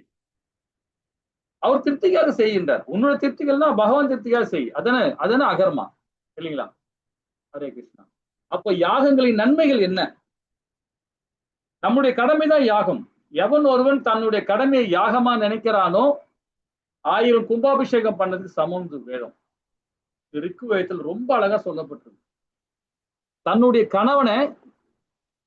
கணவனுக்கு செய்யற கடமை பகவானுக்கு அதாவது செய்யற கடமை மாதிரி, அதை யாகம் செய்யற கடமையாது. ஒரு கோவில் கும்பாபிஷேகம் பண்ண எத்தனை யாகம் பண்றாங்க, எத்தனை யாகம் பண்றாங்க பாத்தீங்களா, அதுக்கு சமம் அப்படின்னு வேதம். கணவனுக்கு செய்யற கடமை, கணவனுக்கு செய்யற பணி, மனைவிக்கு செய்யற பணி, பிள்ளைகளுக்கு செய்யற கடமை, இது எல்லாமே யாகத்துக்கு சமம் சொல்லுது வேதம். தாய் தந்தருக்கு செய்யற கடமை, இதெல்லாமே யாகத்துக்கு. ஒரு கோயில் கும்பாபிஷேகம் பண்ற அந்த பலன் நமக்கு கிடைக்கும் வேதம். அப்ப நம்ம அந்த யாகம் எப்படிப்பட்ட யாகம் நம்ம பண்ணணும் பாருங்க இல்லைங்களா? எதிர்வினையிலிருந்து விடுதலை கிடைக்கும் நமக்கு. எதிர்வினைகள் இருந்து யாரா ஒருத்தர் நம்ம திட்டினா கூட அதை பத்தி கவலைப்படவே படக்கூடாது. நம்ம பாட்டு நம்ம லைன் போயிட்டே இருக்கோம். நம்ம அது உள்வாங்கின போது நமக்கு பிரச்சனை வரும். யாரா ஒண்ணு சொல்லுவாங்க, இவங்க பேசுவாங்க, அவங்க பேசுவாங்க, அதை பத்தி கவலைப்படக்கூடாது. நம்ம பாட்டு எதிர்வினையில இருந்து நமக்கு அதுக்கு காதுல போட்டா நமக்கு பிரச்சனை இல்லைங்களா? அப்ப எதிர்வினையில இருந்து விடுதலை கிடைக்குது. நமக்கு அந்த யாகத்தை கரெக்டா செய்யணும். வெளிப்புற துன்பங்கள் பாதிக்கப்படாம இருக்க. வெளிப்புற துன்பங்கள் அது ஒருத்தர் பேசுறது, ஒருத்தர் வாயால, அதாவது சொல்லால நம்மளுக்கு காயப்படுத்துவாங்க, செயலால காயப்படுத்துவாங்க, இதெல்லாம் வெளிப்புற பண்புகள். அது சீக்கிரமா நம்ம பாதிப்படையும். ஆனா சில பேர் பாத்தீங்கன்னா சொல்லாமவே உள்ளுக்குள்ளேயே இருந்து நம்மள பிரச்சனை பண்ணிக்கிட்டே இருப்பாங்க. அதெல்லாம் அசுர குணங்கள், அரக்க குணங்கள். அதெல்லாம் போலி மனிதர்கள் மாதிரி செய்வாங்க. எப்படி பார்த்தா இங்க ஒரு முகம் பின்னாடி ஒரு முகம் இருக்கும். இவன் மாதிரி துரியோதன மாதிரி இல்லைங்களா? அதெல்லாம் அசுர குணங்கள். அதெல்லாம் அப்ப வெளிப்புற துன்பங்கள் பாதிக்கப்படாமல் இருத்தல். யாகங்கள் செஞ்சால், யாகங்கள் சொல்றது என்னது? உங்களுடைய வர்ணத்தை தகுந்த மாதிரி நீங்க உங்க கடமையை செய்யும் போதுதான் யாகம் சொல்லப்படுது. அதுதான் யாக தர்மம் சொல்லப்படுது. படிப்படியாக இறை அன்பு நிலைக்கு உயர்த்துதல். அந்த உயர்லோகங்களை போறதை பத்தி அப்படி ஒரு ஸ்டெப்பா உயர்ந்துட்டு போயிட்டே இருப்போம். இல்ல பகவானை ராஜ்யத்தில் பிரவேசித்தல். உன் கடமையை நீ கரெக்டா செய்யணும். அதுதான் நிஷ்காம கர்ம யோகா இல்லைங்களா? நிஷ்காம கர்ம யோகா உன் கடமையை கரெக்டா நீ செய்யணும். எதிர்பார்ப்பு இல்லாம செய்யறதுதான். இந்த 4 விதமான செயல் இது இதான் யாக சக்கரம் சொல்லப்படுது. யாகங்களின் நன்மைகள் இது இல்லைங்களா? இப்ப இன்னும் பாத்தீங்கன்னா யாகத்தின் ஏணி படிக்கட்டுகள். இப்ப பாத்தீங்கன்னா மிருக வாழ்க்கை தப்பா எடுத்துக்காதீங்க. நாம எல்லாமே நிறைய பேர் மிருக வாழ்க்கை தான் வாழ்ந்துட்டு இருக்கோம். இந்த பகவத்கீதை படிக்கிறது முன்னாடி சாப்பிடுவோம், தூங்குவோம், இனப்பெருக்கம் பண்ணுவோம், வேலைக்கு போவோம். இப்படிதான் போவோம். வேலைக்கு போவோம், சாப்பிடுவோம், தூங்குவோம், இனப்பெருக்கம் பண்ணுவோம். இது அனிமலை பண்ணிட்டு போயிடுமே, வேலை செய்யாது. அவ்வளவுதான். நம்ம வேலை செய்யறோம், அவ்வளவுதான். ஒரு வீடு கட்டின்னு இருக்கோம், அவங்க வீடு கட்டல, அப்படியே காத்தோட்டமா இருக்கிறாங்க அவங்க. அது மிருக வாழ்க்கை தானே அது இல்லைங்களா? சோ அதுதான் ஃபர்ஸ்ட் யாகம். அது 2வது யாகம்னா கர்மகாண்டம். கர்மகாண்டத்துல இப்ப நம்ம என்ன செயல்படணும், எப்படிப்பட்ட செயல்படணும் அப்படின்னு நம்ம திங்க் பண்ண ஆரம்பிச்சோம். அறிவு சார்ந்ததுன்னா பௌதிக அறிவு இருக்கு, ஆன்மீக அறிவு இருக்கு. ஆன்மீக அறிவு இருக்காது, பௌதிக அறிவோட செயல்பட ஆரம்பிச்சிருவாங்க. பௌதிக அறிவுல நான் ஒரு டாக்டர் படிச்சிருப்பாரு, ஒரு இன்ஜினியரிங் படிச்சிருப்பாரு, ஒரு கலெக்டர் படிச்சிருப்பாரு, ஒரு அட்வொகேட் படிச்சிருப்பாரு, ஏதோ ஒரு உத்தியோகத்துல பெருசா இருப்பாரு. அவர் கேட்டா அவர் நான் நல்லா படிக்கலாம். அது பௌதீகம், அது பந்தப்படுத்தும், பணம் சம்பாதிக்கதான் கொண்டு போவோம். அது திரும்ப திரும்ப சிறைச்சாலை தான் விடும். அது எந்த சிறைச்சாலை? இந்த துன்பகரமான இந்த சிறைச்சாலை இங்கதான் தந்து விடும். அது பௌதீகம். அதே ஆன்மீக அறிவு இது, பௌதீக அறிவு இது, ரெண்டுமே ஒன்னா இருக்கணும். ஒன்னா இருந்தாதான் நம்ம முக்தி இல்லைங்களா? அப்போ கர்மகாண்டத்துல நிஷ்காம கர்ம யோகத்தையும் சகாம கர்ம யோகத்தையும் நம்ம ஃபாலோ பண்றோம். சகாம கர்ம யோகத்துல செய்யும் போது எப்படி போறோம், நிஷ்காம கர்ம யோகத்துல எப்படி பந்தப்படுறோம் பாருங்க, எப்படிப்பட்ட செயல்படுறோம். அதுக்கு அடுத்த நிலை என்ன? ஞான யோகம். அதுக்கப்புறம் அஷ்டாங்க யோகம், அதுக்கப்புறம் தான் பக்தி யோகம். இந்த 7 நிலை, 6 நிலை தான் சொல்லணும். 7 நிலை. 6வது மிருக வாழ்க்கையை விட்டுருங்க, அதை விட்டுருங்க. அது நம்ம மேக்சிமம் யாரும் செய்ய மாட்டோம். இருந்தாலும் ஒரு இதா வைக்கிறோம், நம்ம தொடர்ந்து அது தெரிஞ்சுக்கணும். அதுக்காக இந்த 6மே இம்பார்ட்டன்ட். பகவான் என்ன சொல்றாரு தெரியுமா? நம்ம ஸ்ரீல பிரபுபாதா என்ன சொல்றாரு, நம்ம ஆச்சாரிகள் என்ன சொல்றாரு, என்ன நீ ஏன் இந்த மாதிரி ஒரு ஸ்டெப்பா ஏறிட்டு இருக்கிற? கர்ம யோகத்துல கர்மகாண்டத்துல சகாம கர்ம யோகம், நிஷ்காம கர்ம யோகம், ஞான யோகம், அஷ்டாங்க யோகம், ஏன் இந்த 5 தலையை தாண்டி தாண்டி வந்துனுக்குற? ஒரு ஏணி படிக்கட்டியா போற தேவையே இல்லை. பக்கத்துல ஒரு லிஃப்ட் ரூம் இருக்கு பாருங்க, அந்த லிஃப்ட் ரூம்ல உட்காந்துக்கிட்டு அந்த லிஃப்ட் ரூம் பட்டன்ல எந்த மாடிக்கு போனோம், பக்தி யோகம்ன்ற பட்டன் அமுக்கினா போதும், நேரா பகவான்கிட்ட போயிடும். எதுக்கு இந்த நிலையை போனோம்? ஏன் மிருக வாழ்க்கை போனோம்? ஏன் கர்மகாண்டம் போனோம்? ஏன் சகாம கர்ம, நிஷ்காம கர்ம, ஞான யோகம், அஷ்டாங்க யோகம் என்ன அந்த படிக்கட்டுலாம் போனோம்? தேவையில்லை. டைரக்டா பகவானுக்கு பக்தி கொடுக்கும். அதுதான் யாக சக்கரம். இந்த ஒரு நிலையா போறதை விட கரெக்டா டைரக்டா பக்தி கொடுக்கணும். அது எப்படி கொடுக்கணும் அப்படின்னு பாத்தீங்கன்னா ஸ்டெப் ஸ்டெப்பா நம்ம போறோம். இல்ல முன்னாடி சொன்ன என்னங்க, ஒரு ஸ்டெப்பா சொல்லிட்டு திடீர்னு பக்தி யோகம்னா, பக்தி யோகம் உடனே வராது. லிப்ட்ல ஏறி உட்காந்துட்டு நம்ம சற்று நேரம் போறது எதுக்குன்னா இதுக்காக விளக்கம் கொடுக்கறது. ஆனா பக்தி யோகம் பண்ணும்போது கொஞ்சம் கொஞ்சமா பண்ணிருந்தான். ஒரு 4 வருஷம் 5 வருஷம் பொறுத்து பாத்தீங்கன்னா உங்க நல்ல நிலைமைக்கு வந்துருவீங்க. ஆட்டோமேட்டிக்கா நீங்களும் ஒரு கர்ம யோகி ஆயிடுவீங்க பகவானுடைய பக்தி மார்க்கத்துல செயல்படும் போது இல்லைங்களா? ஒரு ஸ்டெப்பா நாம மாறி போகணும். பாப்போமா 10வது ஸ்லோகம் என்ன சொல்றாரு பாப்போமா? ஹரே கிருஷ்ணா மாதாஜி. हरे कृष्ण। सह यज्ञाः प्रजाः सृष्ट्वा पुरोवाच प्रजापतिः अनेन प्रसविष्यता विषयत्वं येषवो सद्विष्टकामदुःख। हरे ஹரே कृष्ण। கிருஷ்ண ஹரே கிருஷ்ண. படைப்பின் ஆரம்பத்தில் மனித குலங்களையும் தேவர்களையும் விஷ்ணுக்காக யாகங்களுடன் சேர்ந்து அனுப்பிய பிரஜாபதி யாகங்களை செய்து அதாவது சுகமாக இருங்கள், ஏனெனில் மகிழ்ச்சியான வாழ்வதற்கு அதாவது வாழ்விற்கும் முக்திக்கும் தேவையான அனைத்தும் இந்த யாகங்களால் அடைய பெறும் என்று கூறி அவர்களை ஆசீர்வித்தார். அப்ப படைப்பில் ஆரம்பம் பாருங்க, இது 4வது அத்தியாயத்துல படிப்போம். அடுத்த அத்தியாயம் அதான் உன்னத ஞானத்தை பகவான் கொடுக்கிறார். காரண உதய சாயி விஷ்ணுவா இருக்கார். பகவான் தனிமையில உட்கார்ந்துட்டு இருக்கார். தனிமையில உட்கார்ந்துக்கிட்டு ஒரு அண்டத்தையா உருவாக்குறார். ஒரு அண்டத்துக்குள்ளேயும் கார்போக உதய சாயி விஷ்ணுவா இருக்கிறார். அவரு தான் என்ன பண்றாரு, பிரம்மாவை படைக்கிறார். தாமரை பூல பொம்மை வச்சு பிரம்மா படைக்கிறார். ஆதிசேஷன் இருக்கார், தாயா இருக்கிறாங்க, கனகவல்லி தாயார் இருக்கிறாங்க. அந்த இடத்துல ஒரு கார்போக உதய அங்க இருக்கிறார்.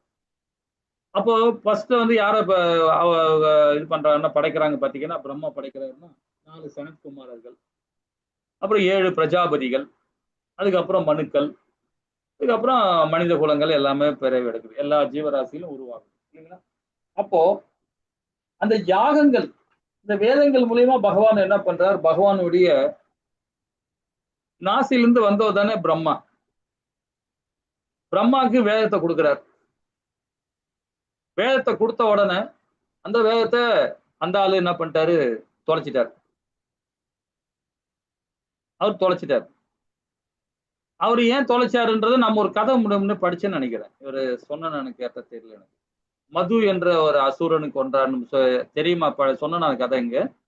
ஹரே கிருஷ்ணா. இல்ல பிரபுஜி சொல்ல. இல்ல 2 பேர் 2 அசுரர்கள். ஏன்னா பிரம்மா வந்து என்ன பண்ணிட்டாரு, கொஞ்சம் எல்லாருக்கும் உள்ள இயல்பு தான் அது, ஆணவம் வந்துடுச்சு அவருக்கு.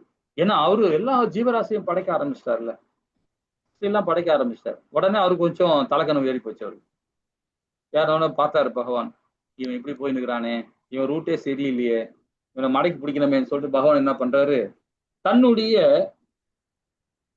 இந்த இடத்துல இருந்து காதுக்கு இந்த பக்கத்துல இருந்து குடிமி பக்கத்துல இருந்து 2 அசுரர்களை படைக்கிறார் பகவான்.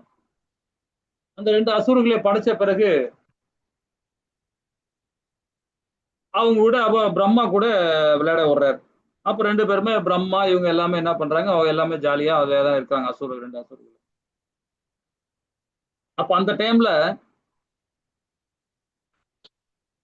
இவரு பிரம்மா என்ன பண்றாரு, அந்த ஃபர்ஸ்ட் அசுரரை வந்து ரொம்ப மென்மையா இருக்கிறான், ஆனா தொட்டு பாக்குறாரு.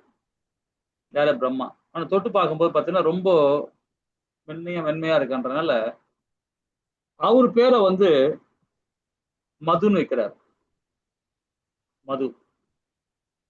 இன்னொரு அசுரம் ஒருத்தர் இருக்கான், அவன் கரடமூடா இருக்கான், ரொம்ப மோசமா இருக்கான் அவன். அவனுக்கு ஒரு பேரை வைக்கிறார். அவரு பேர் என்ன, கைடபன். அவர் பேர் கைடபன். மது கைடபன். இவர் பேர் மது, அவர் பேர் கைடபன். இவரு பிரம்மா வந்து அவனை தொட்டதுனால, மது என்ற அசுரனை தொட்டதுனால இவரு பகவான் கொடுத்த வேதம் எல்லாம் அவனுக்கு போயிடுச்சு. அந்த சிந்தை எல்லாமே, எல்லா சித்தையும் அவனுக்கு போயிடுச்சு. யாருக்கு, அந்த மதுக்கு. மதுன்ற அசுரனுக்கு போயிடுச்சு. வேதத்தை விட்டாரு இவரு. உடனே நேரா பகவான் கிட்ட போறார். பகவானே, இந்த மாதிரி ஆயிப்போச்சு, எல்லா வேதங்களும் அவன் திருடிட்டான்னு. உடனே பகவான் என்ன, அப்புறம் அவர் தான் எல்லாத்துக்கும் முக்கியமான ஆளாச்சே, பகவான் தானே. சரி ஓகே, நீ சரணாகதி அடைஞ்சிட்ட, அதனால சரி நான் அதை வாங்கி தரேன் அப்படின்னவரு. அந்த 2 அசுரர்களையும் பிடிச்சு வந்து தன்னுடைய தொடையில வச்சு நசுக்கி அவங்க கொல்றாரு. அதுதான் பகவானுக்கு மதுசூதனன் பேர் வந்தது. அந்த மது என்ற அசுரனை கொண்டதுனாலதான் பகவானுக்கு மதுசூதனன் அப்படின்னு பேர் வந்தது. அப்புறமா திரும்ப என்ன பண்றாரு, பிரம்மாவும் அந்த இதை ஒப்படைக்கிறார். அது ஒப்படைக்கும் போது அவருக்கு என்ன மாதிரி கோலம் வராரு பார்த்தீங்கன்னா, ஐங்கிரிய முகம், அதாவது உதரமுகம். பகவானுக்கு உதரமுகத்தை வச்சுக்கிட்டு பகவான் வந்து அந்த அவதாரம் எடுத்து அவன் அந்த மதுவை கொல்றார். உதரமுகத்தை வச்சு கொல்றார் அந்த அசுரனை. அதே மாதிரி லட்சுமி தாயாரு, கனகவல்லி தாயாரு தன்னுடைய மடியில வச்சுக்கிறார், மடியில உட்கார வச்சுப்பார் ஐங்கிரி. அது அந்த அந்த அந்த அவதாரத்தை எந்த குழந்தைகளுக்கும் நம்ம அந்த அவதாரத்தை சொல்லி கொடுக்கணும், சொல்லி கொடுத்து அந்த குழந்தைய வளர்க்கணும். இந்த ஐங்கிரி பண்ணும்போது அந்த ஐங்கிரி தேவனை வச்சு நம்ம வணங்கும் போது பாத்தீங்கன்னா அந்த ஞானம் கிடைக்கும். ஏன்னா அந்த வேதத்தை களவாடனாலேயே அந்த வேதத்தை ஒப்படைக்கிறார் இல்லையா, அதனால அந்த வேதம் அந்த ஆட்டோமேட்டிக்கா அந்த குழந்தைங்களுக்கு வேதம் உணராங்க. அதுக்கு ஒரு ஸ்லோகம் இருக்கு, ரொம்ப நல்லா இருக்கும். சொல்லுங்க மாதாஜி. ஞானானந்தமயம் தேவம் நிர்மல ஸ்பட்டிகாகிருதிம் ஆதாரம் சர்வபூதானாம் ஹயக்ரீவம் உபாஸ்மஹே. ஹரே கிருஷ்ணா. ஹரே கிருஷ்ணா. அப்ப அந்த மாதிரி நீங்க வேத ஸ்லோகம் படிச்சிட்டீங்க, சரி ஓகே. மாதாஜி சர்வ வித்யானாம் சர்வ சர்வ பூதானாம் சர்வ வித்யானாம் சர்வ வித்யானாம். இப்ப அந்த மாதிரி அந்த அந்த ஓலைச்சுவடி அப்பெல்லாம் பாத்தீங்கன்னா இந்த கதை முடிக்கல, அதுக்குள்ள ஸ்லோகம் படிச்சுட்டாங்க, சரி பரவாயில்ல இது பிடிக்கும். அப்போ அந்த இடத்துல வந்து எல்லாமே யோசனை பண்ணி பாருங்களேன். வேதம் சொல்றது இப்ப மாதிரி ஒரு பேப்பர்ல எழுதி வைக்கிறதோ இல்ல டேப்ல சேவ் பண்ணி வைக்கிறதோ அதெல்லாம் கிடையாது. தன்னுடைய மைண்ட்ல ஏத்தி வச்சுக்கிறார் பிரம்மா. எப்படி அந்த வேதத்தை அவன் களவாடிட்டு போனான் இல்லைங்களா? அது இப்ப நம்ம பிராமண குவாலிட்டியில இருக்கிறவங்க என்னைக்குமே பாத்தீங்கன்னா பகவானுக்கு நெய்வேத்தியம் பண்றோம். அது பண்ணும்போது உச்சிலத்தை எடுத்து நம்ம வந்து கையை சுத்தப்பட்டுட்டு பண்ணிட்டு நாம என்ன பண்றோம், பகவானுக்கு நெய்வேத்தியம் பண்றோம். அந்த டைம்ல எந்த பொருளையும் தொடக்கூடாது, யாருகிட்டையும் பேசக்கூடாது, யாரையும் தீண்டக்கூடாது. முக்கியமா திரும்ப நம்ம கை சுத்தப்படுத்தணும் இல்லைங்களா? அப்போ அந்த மாதிரி ஒரு புனிதத்தன்மை அடையிறதுக்கு நாம அந்த கங்கா நீரையோ இல்லைன்னா கிருஷ்ணாவோ கோதாவரியோ ஏதோ ஒரு நதியை வச்சு நம்ம உள்ள வச்சுட்டு உள்ள வச்சு கை சுத்தப்படுத்தி நம்ம பகவானுக்கு நெய்வேத்தியம் பண்றோம். அப்போ ஒரு வேதத்தை உள்வாங்கி வேதத்தை வச்சு ஃபாலோ பண்றவர் எப்படி இருக்கணும், புனிதமா இருக்கணும். அவர் போய் இந்த மதுவை தொட்டு பார்த்ததுனால அந்த சிந்தை எல்லாம் அங்க போயிடுச்சு. இப்ப திருப்பம் அந்த மாதிரி வரும். அப்போ ஒரு வேதத்தை அங்க போன பிறகு பகவான் என்ன பண்றார், அந்த அசுரனை கொன்னு கொடுக்கிறார். அப்போ பிரம்மாக்கு எல்லா விதமான சக்தி இருந்து கூட கடைசியில எல்லாமே போயிடுச்சு பிரம்மாக்கு இல்லைங்களா? அது போலதான் மனித உடல். நம்ம குழந்தையா பிறக்கும் போது தெய்வ குழந்தையா பிறக்கிறோம், தெய்வ அம்சமா நம்ம பிறக்கிறோம். நம்ம செஞ்ச கர்மத்துக்கு தகுந்த மாதிரி ஒரு உடல் கிடைக்குது நமக்கு. பகவான் தாயோட வயிற்றுக்குள்ள நம்ம இருக்கும்போது பாத்தீங்கன்னா நம்ம எல்லாமே குழந்தை, பகவானுடைய குழந்தைகள் எல்லாமே பகவானுக்கு டைரக்டா பேசிட்டு இருப்போம் இல்லைங்களா? இதை பத்தி எல்லாம் விரிவா நம்ம படிப்போம். இந்த அத்தியாயத்திலே கடைசியா தான் படிக்க போறோம். 3ஆம் அத்தியாயத்துல கடைசி அத்தியாயம் தான், காமத்தை பத்தி படிக்கும்போது படிப்போம். சோ அப்போ வந்து தாயோட வயிற்றுல இருக்கும் போதே நம்ம பிறை வெளியே வந்துட்ட பிறகு நம்ம பௌதிகத்துல போயிடும். பௌதிகத்துல வந்த பிறகு திரும்பவும் நாம போனோம்னா பகவானுடைய நம்ம வணங்கணும். அப்பதான் நம்ம திருப்பி அந்த ஞானம் கிடைக்கும். தாய் வயிற்றுல இருந்து எப்படி அந்த ஞானம் கிடைச்சதோ அதே மாதிரி ஞானம் கிடைக்கணும்னா ஹரிபக்தி தான் நமக்கு தேவை. இப்ப பிரம்மாக்கு எப்படி ஹரிபக்தியோட இருந்தனால்தானே அந்த திருப்பி அந்த வேதம் கிடைச்சது இல்லைங்களா? சோ அது மாதிரி நம்ம செயல்படணும். அப்போ கர்மகாண்ட முறைன்னு சொல்லும் போது யாகம், யாகத்தை படிப்படியாக தூய்மை அடைதல். நம்முடைய செயல் வந்து கர்மகாண்ட முறையில் நம்ம செயல்படணும் இல்லைங்களா? இப்ப பௌர்ணத்த ஸ்லோகம் படிச்சிட்டீங்களா மாதாஜி? இல்ல பிரபுஜி. சரி படிங்க. ஹரே கிருஷ்ணா. தேவான் பாவயதானேன தே தேவா பாவயந்துः பரஸ்பரம் பாவயந்தः ஸ்ரேய பரம் அவாப்ஸ்யத. ஹரே கிருஷ்ணா. யாகங்களால் மகிழ்ச்சி அடையும் தேவர்கள் உங்களையும் மகிழ்விப்பார். மனிதர்களுக்கும் தேவர்களுக்கும் இடையிலான இத்தகு ஒத்துழைப்பினால் அனைவரும் உயர்ந்த நலமுடன். இப்ப அந்தந்த யாகம் பண்ற போது நம்ம அவங்கவுங்க அந்தந்த யாகம் சரியா பண்றாங்க இல்லையா, யாக சக்கரம் மூலியமாக அது அவங்கவுங்க கரெக்டா செயல்படும் போது பாத்தீங்கன்னா தேவர்கள் மகிழ்விப்பாங்க, கண்டிப்பா மகிழ்வாங்க. மகிழ்ந்து அந்தந்த கரெக்டா அந்தந்த கால நேரத்துக்கு தகுந்த மாதிரி நமக்கு எல்லா விதமான இயற்கை நமக்கு சப்போர்ட்டா இருக்கும் இல்லைங்களா? இந்த 12வது பதத்தை படிச்சுட்டு விளக்கம் படிக்கலாம். ஹரே கிருஷ்ணா. 12வது பதம் படிங்க. இஷ்டான் போகான் ஹி वो देवा दास्यन्ते यज्ञभाविताः तैर्दत्तान अप्रात यैप्यो यो भुङ्क्ते तेन एव सः. ஹரே கிருஷ்ணா. அதாவது சாதனை. இந்த இடத்துல வந்து பாத்தீங்கன்னா பல்வேறு வாழ்க்கை, அதாவது வாழ்க்கை தேவைகளின் அதிகாரிகளான தேவர்கள் யாகங்களால் நீ திருப்தி அடைந்து உங்களுக்கு வேண்டியவற்றை எல்லாம் அளிக்கின்றார். இத்தகைய அன்பளிப்புகளை பதிலுக்கு அவர்களுக்கு படைக்காமல் அனுபவிப்போம் நிச்சயமாக திருநாவான். இந்த இடத்துல என்ன சொல்லப்பட்டிருக்கு யாராவது சொல்ல முடியுமா? இந்த கடைசி இடத்துல வந்து இத்தகைய அன்பளிப்புகள் பதிலுக்கு அவங்களுக்கு நம்ம செய்யலைன்னா கண்டிப்பா அது திருடுறதுக்கு சமம் தான். அப்ப நம்ம இந்த 2 ஸ்லோகத்திலயும் நமக்கு என்ன சொல்ல வராங்க? ஏதாவது புரிஞ்சுக்கிட்டீங்களா? யாராவது சொல்ல முடியுமா?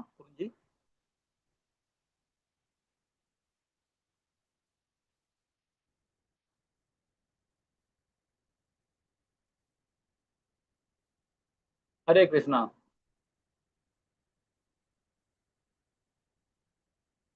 சரி, ஓகே.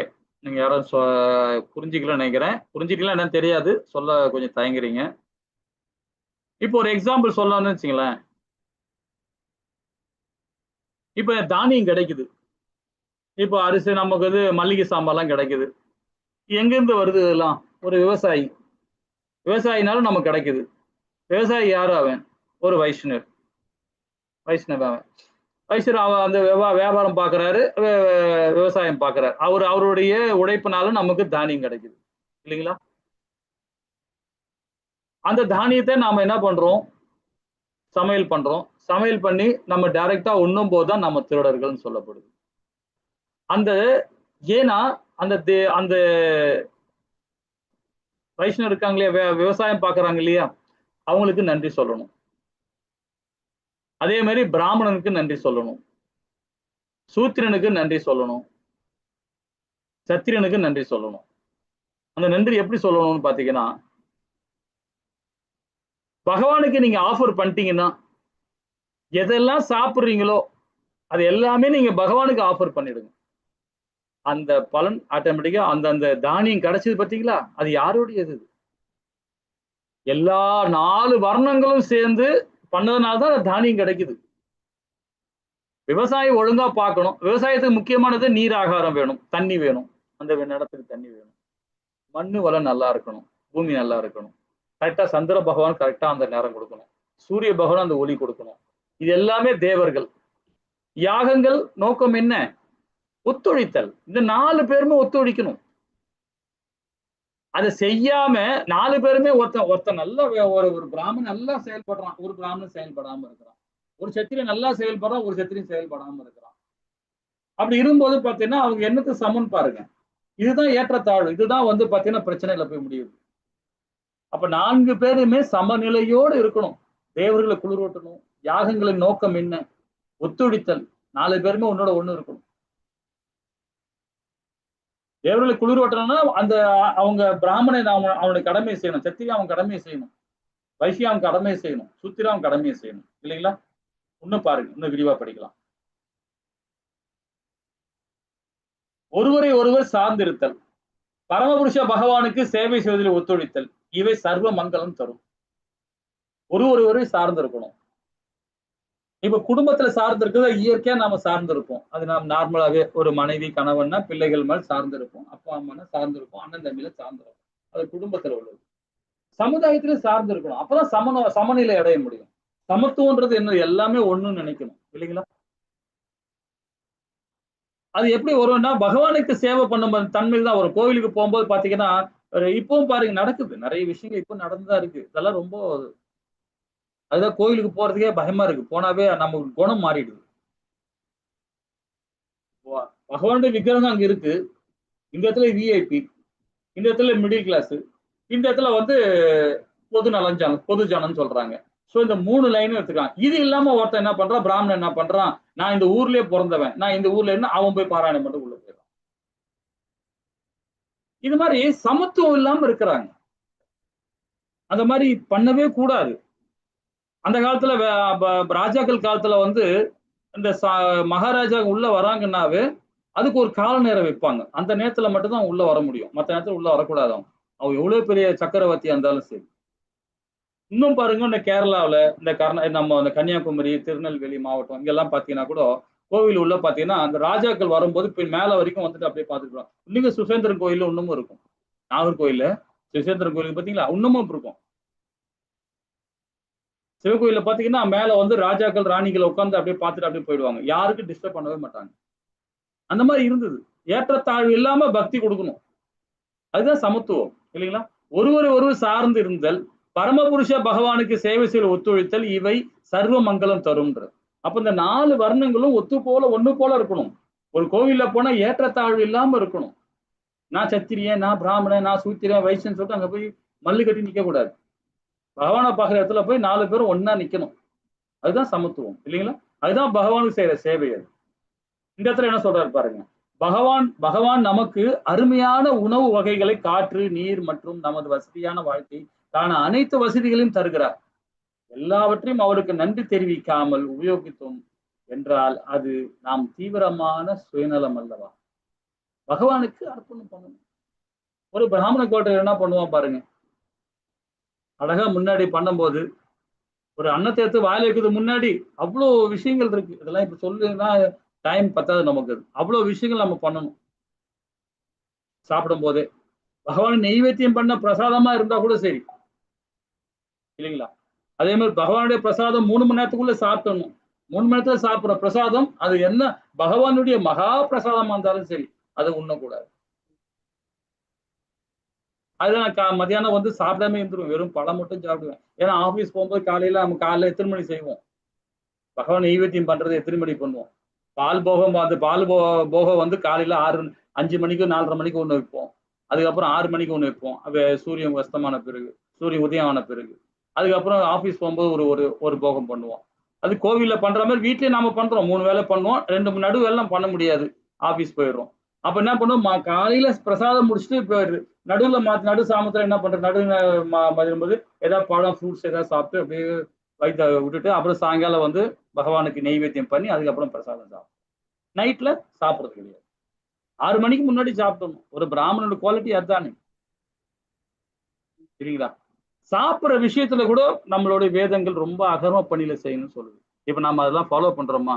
சூரிய அஸ்தமனம் அப்படி உணவே உண்ணக்கூடாதுன்னு சொல்லுது வேதம். நாம என்ன பண்றோம்? 8 மணிக்கு 7 மணிக்கு, சில பேர் 11 மணிக்கு. இங்க பாருங்க சென்னையில பாத்தீங்கன்னா இந்த பட்டாளன்னு ஒண்ணுக்குது, புளியந்தோப்பு சென்ட்ரல் பின்னாடி இருக்குது. அந்த இடத்துல பாருங்க, அது ஆடு தொட்டின்னு சொல்லுவாங்க. ஆடு அனிமல்லாம் வெட்டுற இடம் அது. அந்த இடத்த கொல்லுவாங்க, கொல்லி எல்லாம் வைப்பாங்க. அந்த இடத்துல ஒரு பிரியாணி கடை இருக்கு. படுபாவிங்க எத்தனை மணிக்குங்க? 2:30 மணி உட்காந்து சாப்பிடுதுங்க காரத்தை நிக்க வச்சுக்கிட்டு. லைன் அது வேற வரிசையா லைன். இப்போ இன்னொரு கலாச்சாரம் உருவாச்சு சென்னையில. மவுண்ட் ரோட்ல எல்ஐசிக்கு ஆப்போசிட்ல ஒரு மசூதி இருக்கு, கார்னர்ல இருக்கும். அந்த மசூதி பக்கத்துல வந்து பாத்தீங்கன்னா ஒரு பெரிய ஒரு பிரியாணி ஷாப் வந்து திறந்து வச்சுக்கிறாங்க. நான் அன்னைக்கு நைட்டு 11:30 மணிக்கு போறேன். பாத்தீங்கன்னா எங்க ஜனெல்லாம் வந்து நிக்குது. அதுல பிராமணன் வேற நிக்கிறான். இதுல ஒரு பெரிய விஷயம். அவனு நின்றுக்கிறான். ஏன்னா இது அது குல்பி ஐஸ்ன்றாங்க, அதுன்றாங்க இதெல்லாம் சாப்பிட்டுக்கிறாங்க. எது சொல்றேன்னா அந்த மாதிரி சமுதாயம் அந்த மாதிரி போயிடுச்சு. அப்போ நாம எப்படி இருக்கணும் பாருங்க. அதை சார்ந்து வாழாம பகவானு ஹரிபக்தியோட நம்மளால குறைஞ்சது இந்த பகவத்கீதை படிச்சுட்டு அந்த குணத்துக்கு போகாம ஹரிபக்தியோட அவர் கொடுத்த பிரசாதம், அவர் கொடுத்த உணவு, இது அவர் கொடுத்த குடும்பம், அவர் கொடுத்த வாழ்க்கை, அவருக்கு நம்ம அர்ப்பணம் பண்ணணும் இல்லைங்களா? சுயநலம் இல்லாம இருக்கணும் பகவானுக்கு. மற்றவங்களை பத்தி கவலைப்பட வேணாம். நாம தனி மனித ஒழுக்கத்தோட நாம ஃபாலோ பண்ணுவோம் இல்லைங்களா? ஹரே கிருஷ்ணா. இன்னும் பாருங்க, ஒருவன் முழுமுழு கடவுளை வணங்கி அவரது திருப்திக்காக செயல்பட்டால் அவனுக்கு மற்ற கடமைகளிலிருந்து விலக்கு அளிக்கப்படும். ரொம்ப அழகா சொல்லப்பட்டிருக்காங்க பாருங்க இல்லைங்களா? நம்ம அது ரொம்ப சிம்பிளா சொல்லுவோம். என்ன சொல்லுவோம்? கணவனுக்கு செய்யற தொண்டு, மனைவிக்கு செய்யற தொண்டு, தாய் தந்தருக்கு செய்யற தொண்டு, பிள்ளைகளுக்கு செய்யற தொண்டு, சமுதாயத்துக்கு செய்யற தொண்டு, எல்லாமே பகவான் செய்யற தொண்டு. சிம்பிளா முடிச்சிட்டோம் நம்ம அதை. அப்ப அது செய்யும் போது பாத்தீங்கன்னா நம்ம எல்லா கடமையும் நம்ம விலக்கு அளிக்கப்படுது. எல்லா கடமையும் நம்ம பாவத்திலிருந்து நம்ம பாவம் தெரியாம பண்ணிடுவோம். அது எல்லாமே பகவான் அந்த பாவத்தை எடுத்துக்கிறார். அவரே சொல்றாரு இல்லைங்களா? அப்போ மருத்துவர்கள் வெவ்வேறு நோயாளிகள் வெவ்வேறு மருந்துகள் பரிந்துரைப்பது போல இது யார் மிகுந்த பற்றுதல் பகவானின் புரிந்து கொள்ளவில்லையோ அவர்களுக்கான பரிந்துரைக்கப்பட்டுள்ள இது பொதுவான சட்டம் அல்ல. ஒரு டாக்டருக்கு போறோம், ஹாஸ்பிட்டலுக்கு போனா அவர் என்ன பண்ணுவாரு? உனக்கு என்ன நோய்? சுகர் இருக்குதா? உனக்கு இந்த மாத்திரை சாப்பிடு. அந்த கலர் மாத்திரை கொடுப்பாரு. இந்த நோய்க்கு தகுந்த மாதிரி மாத்திரை கொடுக்குறாரு. அது போலதான், அதே போலதான் இல்லைங்களா? ஹரே கிருஷ்ணா. சரி, இது 13வது பதம் மாதாஜி. ஹரே கிருஷ்ணா. हरे कृष्ण। यज्ञशिष्टाशिनः सन्तो मुच्यन्ते सर्वकिल्पिषैः भुञ्जते ते त्वम् अकं पापये पश्यन्त्यात्मकारणात्। हरे कृष्ण। ஹரே கிருஷ்ண மாதாஜி. ரொம்ப அழகான பதம் இது. யாகத்தில் அர்ப்பணிக்கப்பட்ட உணவை உண்பதால் பகவானின் பக்தர்கள் எல்லா விதமான பாவங்களில் இருந்து விடுபடுகிறார்கள். தங்களது சுய புலன் இன்பத்திற்காக உணவை தயாரிப்பார்கள், பாவத்தை உண்ணுகிறார்கள். பகவானுக்கு ஆஃபர் பண்ணாம, நெய்வேத்தியம் பண்ணாம, ஆத்ம நிவேதனம் பண்ணாம கொடுக்க சாப்பிடுற உணவுகள் எல்லாமே பாவத்தை உண்டு பண்றதுதான். ஏன்னா அவரால் தான் நமக்கு இந்த உடல் கிடைச்சிருக்கு, அவரால் தான் அப்பா அம்மா கிடைச்சிருக்காங்க, அவரால் தான் நமக்கு எல்லா விதமான செல்வங்கள் நமக்கு கிடைக்குது இல்லைங்களா? எல்லா விதமான இதுவும் அவரு தான் கிடைக்குது. அப்ப அவரை நாம ஆஃபர் பண்ணாம, அவருக்கு நாம திருப்திப்படுத்தாம நாம சாப்பிடுற பொருள் எல்லாமே மலத்துக்கு சமம் அப்படின்னு வேதம் சொல்லுது, நான் சொல்லல.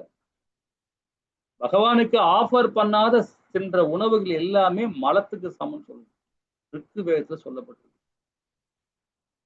நம்ம எதையெல்லாம் சாப்பிடுறோமோ, இன்னைக்கு சாப்பிட போறோமா, அது பகவானுக்கு இங்க கோவில் இல்ல, பகவானுடைய விக்கிரகம் இல்ல, பகவானுடைய போட்டோ இல்ல.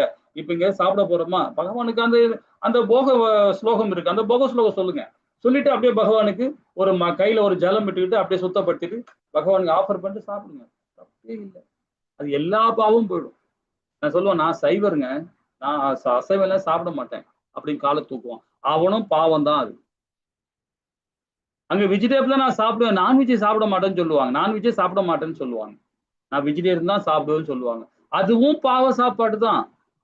விவசாயிக்கு நம்ம ஒரு சல்யூட் கொடுக்கணும், சத்திரியனுக்கு ஒரு சல்யூட் அடிக்கணும், பிராமணுக்கு ஒரு சல்யூட் அடிக்கணும். யாருக்குமே சல்யூட் பண்ணலையே, நம்ம எடுத்தோடனே சாப்பிடுறோமே இல்லைங்களா? அது பகவானுக்கு நம்ம ஆஃபர் பண்ணிட்டோம்னா அது 4 பேருக்கும் சல்யூட் அடிச்ச மாதிரி தான். நம்ம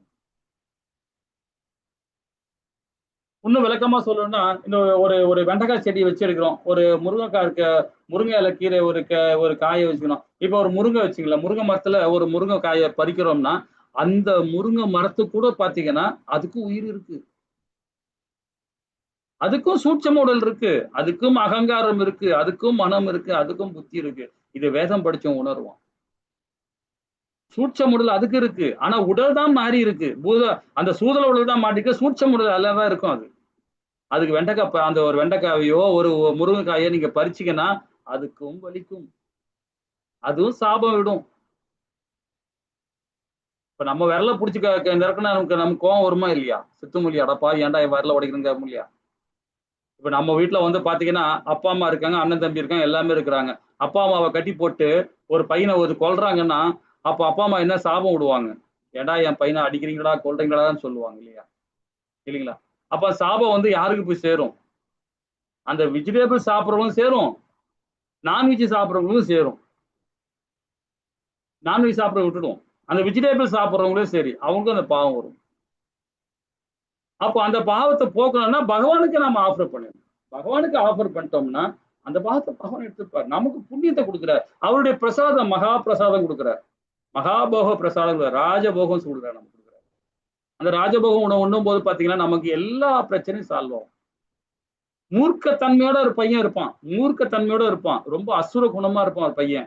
அந்த பையனுக்கு பகவானுடைய பிரசாதம் ஆஃபர் பண்ணி கொடுங்களேன், கொஞ்ச நாள் கொடுத்து பாருங்க, ஒரு 15 நாள் ஒரு மண்டலம் கொடுத்து பாருங்க, ஆட்டோமேட்டிக்கா அவன் பகவானுடைய சரண் அடைஞ்சிருவான். கண்டிப்பா அடைவான், 100% அடைவான். பகவானுடைய பிரசாதம் கொடுக்கணும் இல்லைங்களா? யாகத்தில் அர்ப்பணிக்கப்பட்ட உணவை உண்பதால் பகவானின் பக்தர்கள் எல்லா விதமான பாவங்கள் விடுபடுகிறார்கள். தங்களது சுய புலன் இன்பத்திற்காக உணவை தயாரிப்பவர்கள் பாவத்தை உண்ணுகிறார்கள் இல்லைங்களா? அப்போ பகவானுடைய பக்தர்கள் பாவங்கள் அற்றவர்கள்.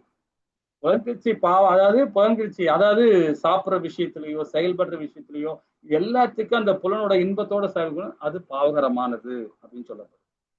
அப்ப பக்தர்கள் 3 முக்கிய யஜ்ஞங்களை செய்கிறார்கள். என்ன செய்றாங்க? ஜபம் பண்றாங்க, பகவானுக்கு ஹரிநாமத்தை சொல்லிட்டே இருக்கிறாங்க, நிவேதனம் பண்றாங்க, பகவானுக்கு நிவேதனம் பண்றாங்க, அதுவே பகவானுடைய பிரசாதம் உண்றாங்க.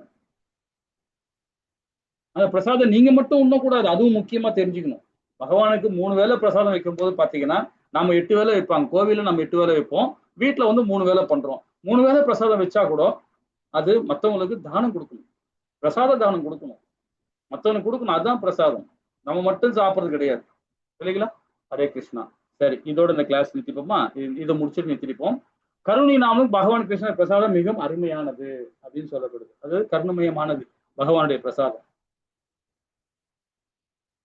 இது சொல்லிட்டே போலாம், டைம் இல்லை, முடிஞ்சிருச்சு. நம்ம நாளைக்கு 14வது ஸ்லோகத்தை படிப்போம். நாளைக்கு முக்கியமான இடத்துல வரும். ஹரே கிருஷ்ணா. வாஞ்ச கல்பத்தராய கிருபசந்தி ஏவச 14ஆம் பாகவனி நம நமக. ஜெய் ஸ்ரீ கிருஷ்ணா சைத்தன்ய பிரபு நித்யானந்தா ஸ்ரீ அத்வைத கதாதார ஸ்ரீவாசாதி கௌரபக்தவருந்து விஜய். ஹரே கிருஷ்ணா கிருஷ்ண கிருஷ்ண ஹரி ஹரே, ஹரே ராம ராம ராம ஹரி ஹரி. ஏதாவது டவுட் இருந்தா கேட்கலாம். ஹரே கிருஷ்ணா மாதாஜி பிரபு.